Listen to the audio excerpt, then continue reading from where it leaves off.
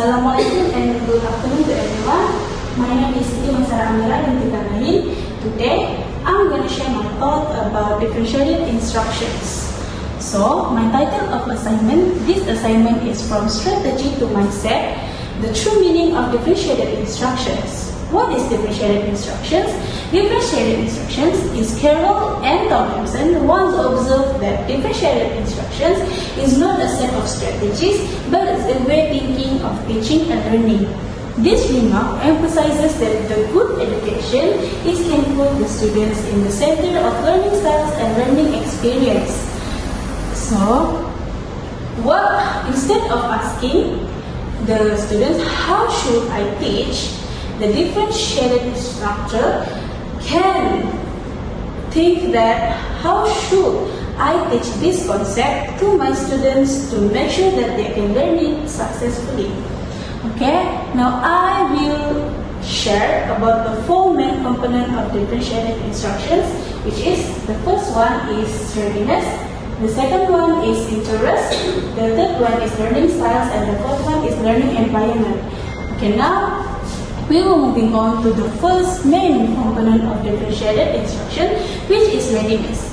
Okay, so what is the readiness? Readiness is refer to the student's ability to gain the ability and knowledge to learn their new subject. Okay. As a teacher, it's my responsibility to examine and determine my students' readiness. To gain this readiness, I will teach them, or I will ask them the assessments that I can have it from the questions and answer sessions, group project, and maybe some conversations with my students. Okay. For an example, as a potential Malay language instructor, I will teach them how to writing an essay with a proper format. So from this method, I will allow me to identify how my students develop their readiness of my subject. It's like there are my students who are already talented to write their own essay. There are my students who are so struggling to write with a proper format, and the intermediate level of my students who need a supervision to can write the proper essay. So, after this method, I will take a different method based on my students' levels of readiness. For the struggling students, I will give them a topic training and the examples of essay. And for the intermediate level of the students, I will let them options to produce an innovative essay with my supervision. And for my students who are already talented to write their own essay, I will let them to write an essay with a creative style to demonstrate their potential. Okay, now we will move on to the second main component of differentiated instructions, which is interest. Okay, so what is interest? Interest is highlighted with Carroll and Tomlinson that she said the instructional topic is related to students' enjoy and value, their motivations automatically will grow. So me as a teacher think differentiatedly how I enable and understand my students' world, what attracts my students, what the thing that excites them, and how I can relate their interests into the curriculum. For an example, in environmental topic, I will ask them their opinion about what assessments they can do based on their interests. Okay, like they can selecting their form of assignments based on what they like, what their topics and their interests in their unique way. So, for my students who enjoy and art, they can develop their own campaign, like campaign posters. And for my students who are so interested with technology, they can create digital infographics, and for my students who are love with writing, they can write their own reports or their own poems about nature.